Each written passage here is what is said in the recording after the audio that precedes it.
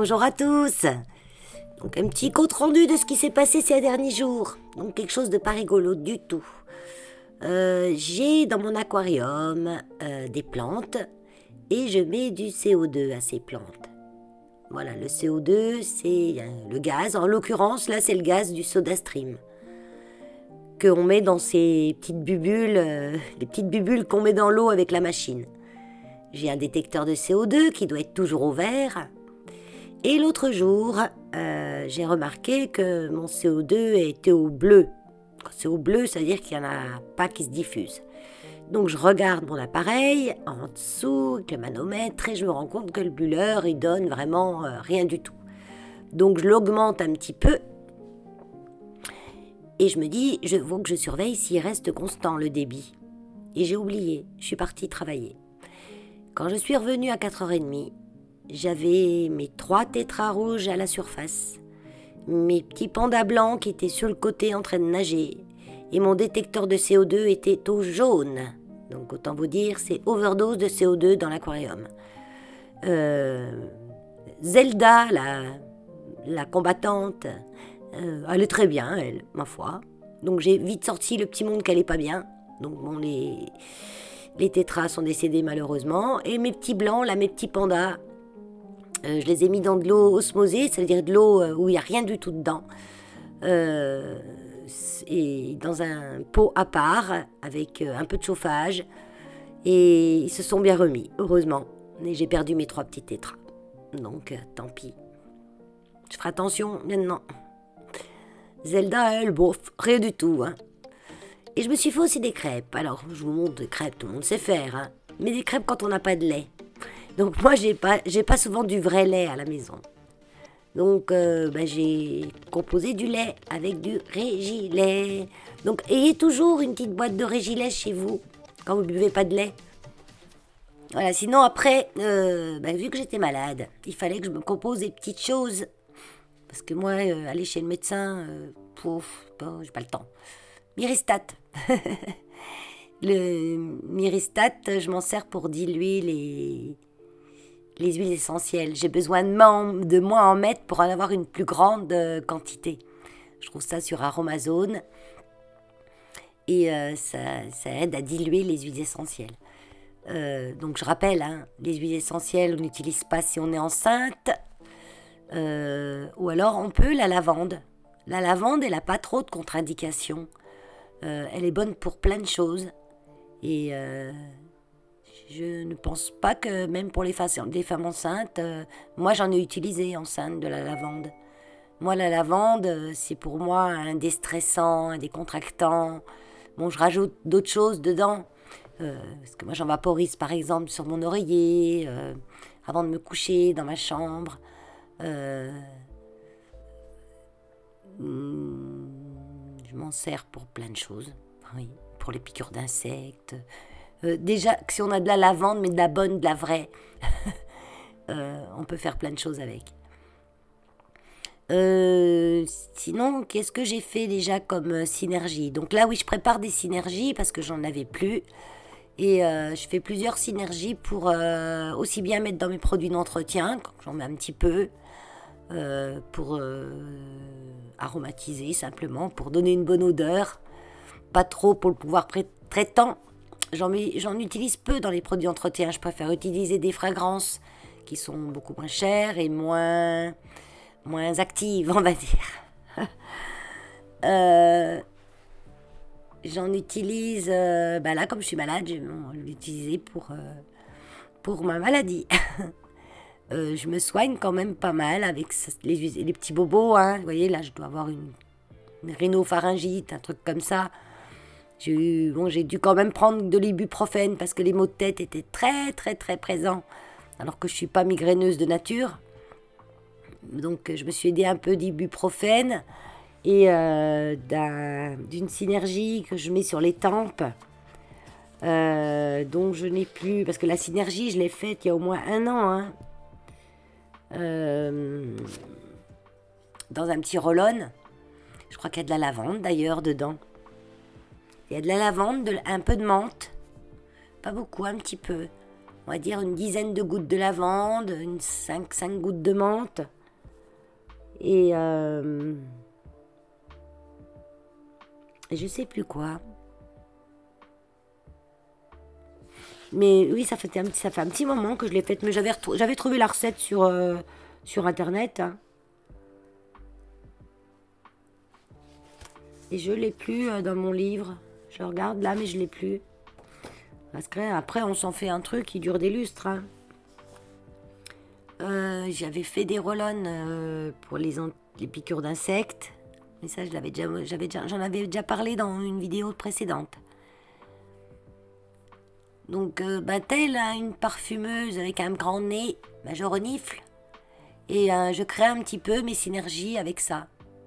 Sachant que l'odeur qu'on a, c'est comme un parfum, c'est l'odeur qu'on a immédiatement ne sera pas forcément celle que vous aurez dans minimum un mois quand vous pourrez les utiliser. Il faut laisser un bon mois que la synergie se révèle. Donc ces synergies qui sont assez concentrées au départ, même si je mets un peu de myristate, je les redilue, soit dans de l'alcool, soit dans de l'eau, mais je préfère dans l'alcool parce qu'elle se diluera mieux que dans l'eau. Et pour celles que j'utilise pour me soigner, je les dilue dans l'huile. Moi je les mets dans l'huile d'argan.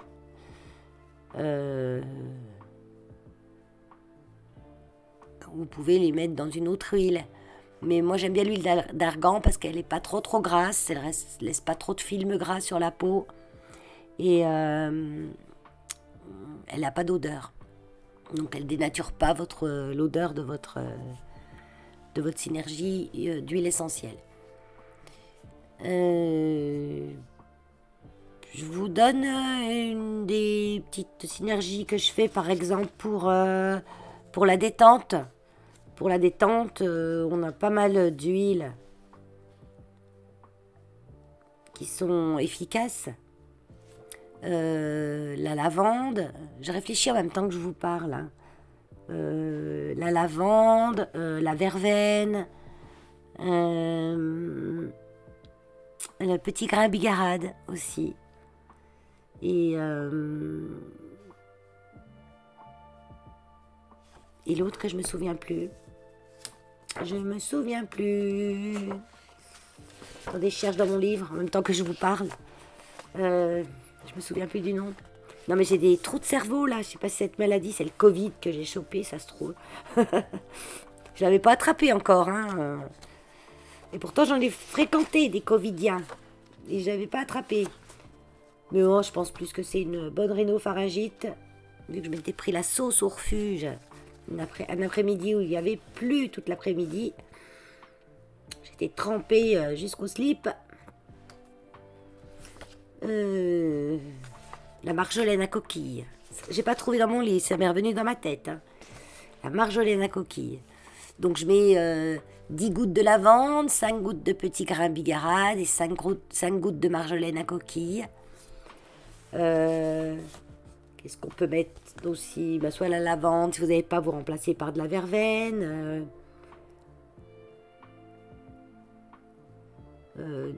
Une parfumée pour avoir une plus fleurie. On peut prendre le géranium rosa. On en met 15 gouttes avec 5 gouttes de menthe poivrée et puis 5 gouttes ylang-ylang. Vous faites aussi une bonne odeur fleurie. Mais ma préférée, c'est quand même la lavande vraie. La détente, celle que j'appelle la détente. J'ai retrouvé la recette là. 10 gouttes de lavande vraie, 10 gouttes de marjolaine à coquille et 5 gouttes de bergamote. Ça, c'est des huiles essentielles que j'essaye d'avoir tout le temps. La lavande, la marjolaine, la bergamote, bien sûr la menthe poivrée.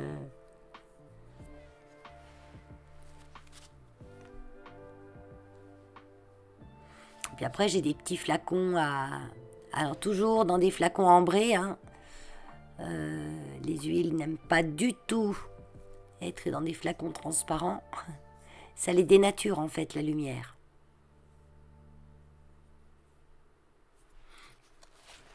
Faites attention aussi quand vous utilisez des huiles essentielles et que vous avez des chats. Elles sont dangereuses pour les chats, celles qui contiennent des phénols et des aldéhydes. Donc vérifiez bien qu'à chaque fois, il n'y a pas de phénol ou pas d'aldéhyde dans les huiles que vous utilisez. Pareil pour les bougies parfumées du commerce. Il faut faire très attention à ça. Il y a des chats qui attrapent un caractère un peu bizarre, qui se mettent à faire pipi partout, qui font des trucs un peu pas comme d'habitude. Parce qu'il y a des bougies parfumées dans la maison qui sont pas avec des bonnes odeurs pour eux. Et ça les perturbe dans leur tête. Donc il faut toujours faire attention avec les huiles essentielles. Mais bon, quand elles sont pour nous, quand elles sont bien diluées, quand elles sont correctement dosées et pas utilisées à outrance, il n'y a pas trop de danger. Après, on les considère aussi comme des polluants. On peut nous dire que les huiles essentielles sont des polluants, c'est sûr que si on en utilise autant qu'on utilise de produits chimiques dans notre vie tous les jours, elles peuvent devenir polluantes, c'est sûr. Mais au prix où ça coûte, vous n'allez pas en utiliser autant que vous en utilisez tous les jours. Et là, je vous parle de bonnes huiles essentielles, pas de produits à base d'huile essentielle, comme on nous vend des fois pas cher dans certains magasins, qui sont des huiles essentielles diluées avec autre chose. Donc moi, je préfère acheter des vraies huiles et les diluer avec des choses que je connais et que je suis sûre que c'est naturel, quoi. Donc j'écris toujours dessus ce que c'est et je mets la date. Et je sais que dans un mois, je pourrais l'utiliser. Donc je les utilise jamais purs, comme je vous disais. Je les utilise soit avec de l'alcool, je peux y mettre dans du bicarbonate de soude aussi, que je laisse dans une coupelle, parce que le bicarbonate de soude, il va garder l'odeur et il va la rediffuser. J'évite de la mettre dans des diffuseurs à chaud, parce que ça... les huiles essentielles au-dessus d'une certaine température, pour beaucoup, pas toutes, il y en a, elles supportent très bien les températures, mais beaucoup, au-dessus d'une certaine température, sont complètement dénaturées et inutiles, quoi. C'est flamber de l'argent, hein, ça ne sert à rien. Donc je préfère les utiliser à froid, soit en les mélangeant quelques gouttes dans un vapeau avec de l'alcool. Je mets de l'alcool parce que quand vous allez vaporiser, l'alcool, elle va tout de suite s'évaporer dans l'air. Hein, on peut mettre de l'alcool et de l'eau aussi. Parce que l'huile essentielle, elle va se diluer dans l'alcool et ça l'aidera à se diluer dans l'eau. Même si ça se dilue pas très bien dans l'eau du tout, l'huile essentielle. Comme mettre de l'huile essentielle dans son bain, ça sert à rien. Parce qu'elle flotte à la surface et c'est tout ce que ça fait. À part, peut-être vous laisser une petite odeur.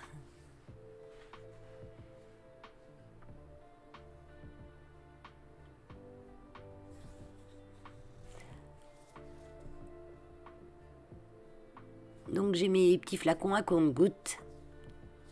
Parce que c'est vrai que les cotigouttes, comme ils appellent ça, les cotigouttes qui sont installées sur les huiles essentielles, moi, beaucoup viennent de chez Aromazone, mais pas toutes. Mais c'est une daube, ces cotigouttes là. Quand vous devez mettre 10 gouttes, vous en avez pour 20 secondes. C'est une goutte toutes les 2 secondes. Donc moi souvent, même je mets plus de 10 gouttes parce que j'en veux des grosses contenances pour que j'en ai pour un bon moment. Je préfère prendre un compte-gouttes et puis compter mes gouttes comme ça.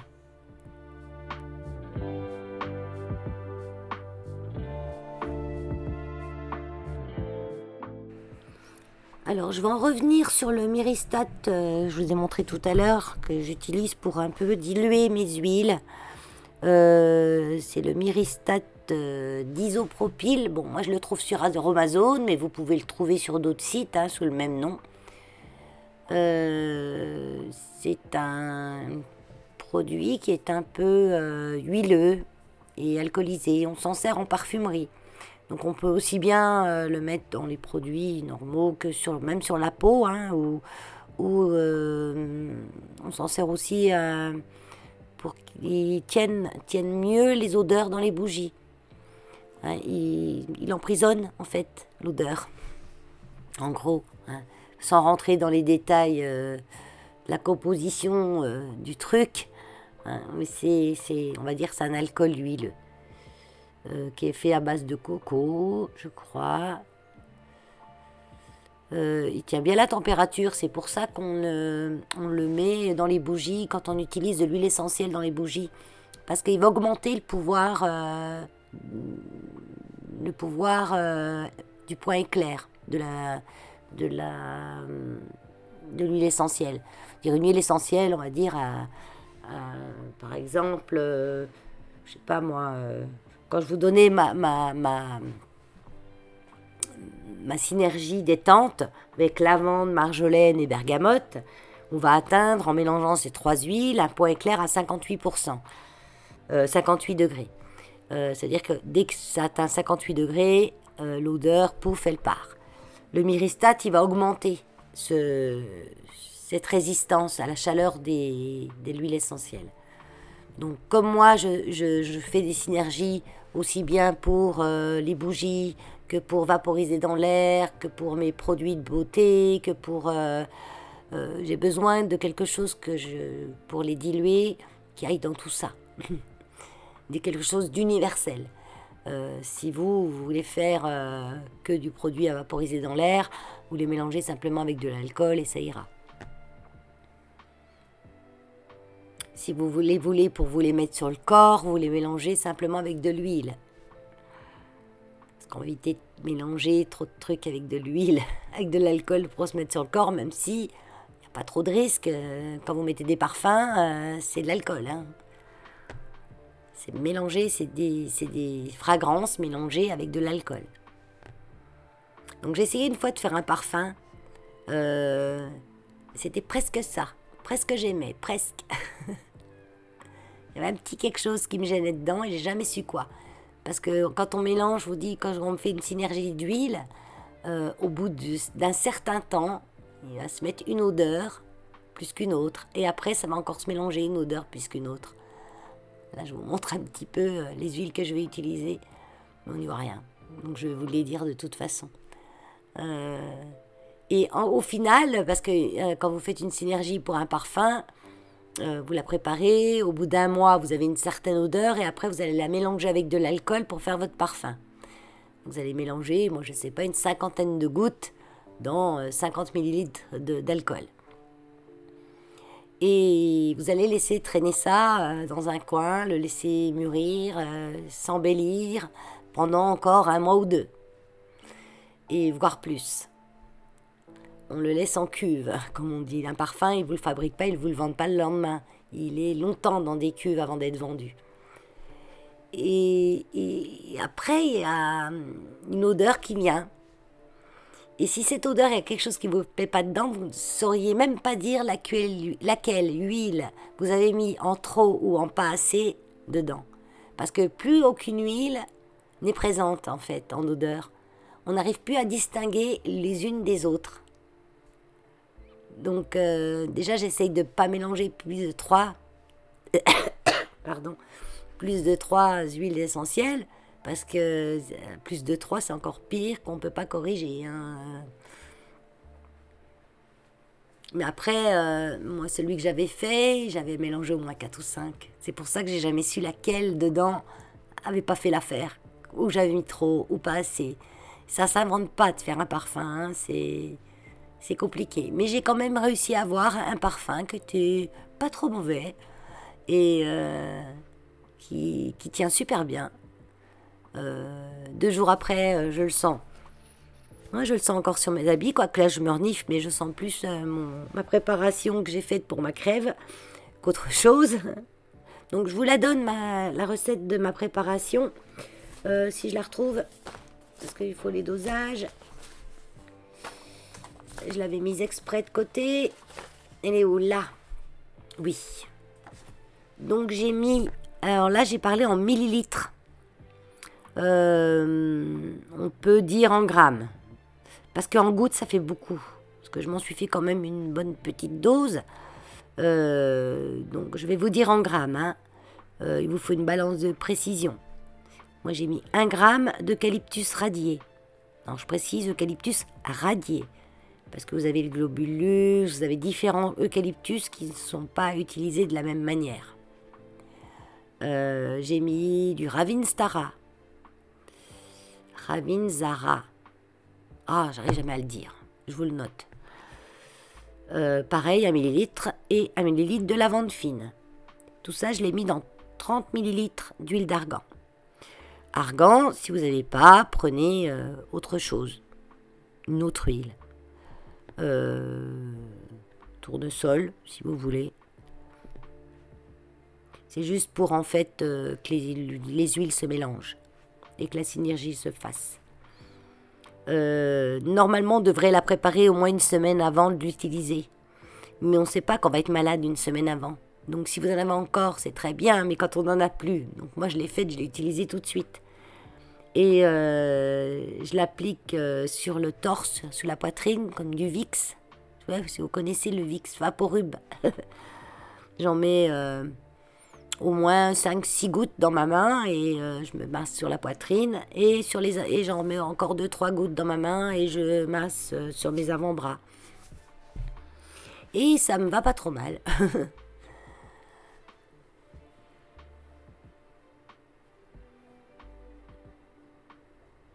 Et c'est vrai qu'il y a des huiles qu'on doit avoir chez nous. Ça, je l'ai déjà dit. Oui, je l'ai déjà dit.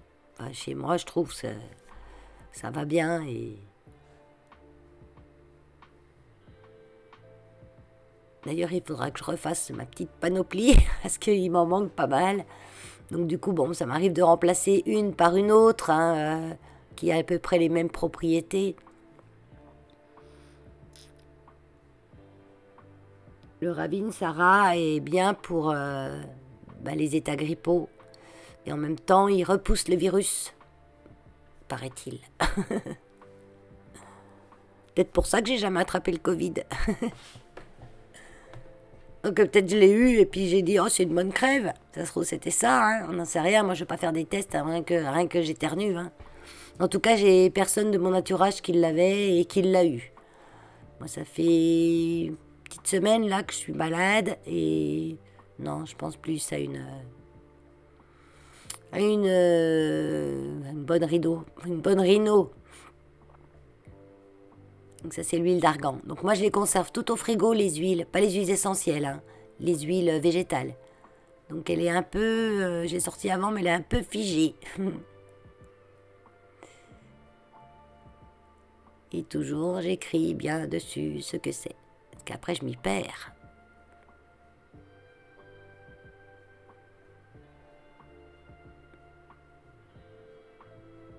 Donc j'ai toujours hâte quand je fais mes petites potions de voir une semaine après ce qu'elles commencent de sentir.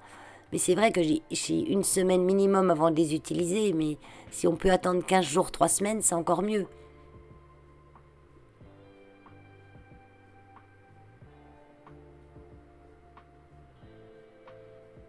Mais après, j'en utilise pas des masses et des masses. Hein.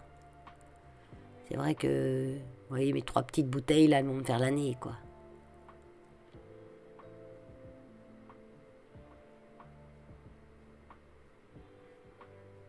Voilà. Bon, bah, en tout cas, ça m'a pris un bon petit moment. Ça sentait super bon. Et